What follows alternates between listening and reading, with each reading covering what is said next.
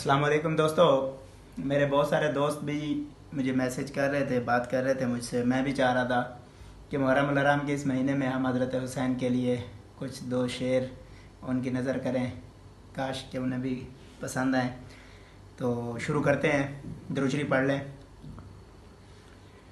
मुझे कूफा वालो मुसाफिर न समझो, मुझे कूफा वालो मुसाफिर न समझो।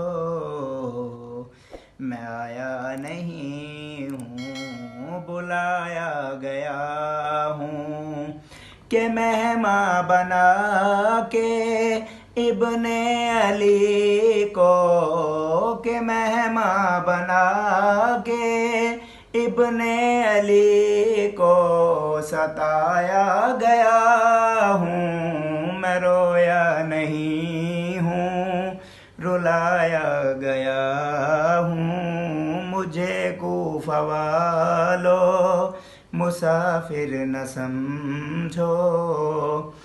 खुदा जाने कैसी ये थी मेज़बानी, खुदा जाने कैसी ये थी मेज़बानी।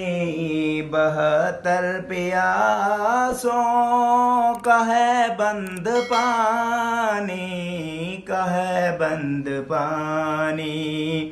मुकद्दर में है जाम कौसर का पीना, मुकद्दर में है जाम कौसर का पीना।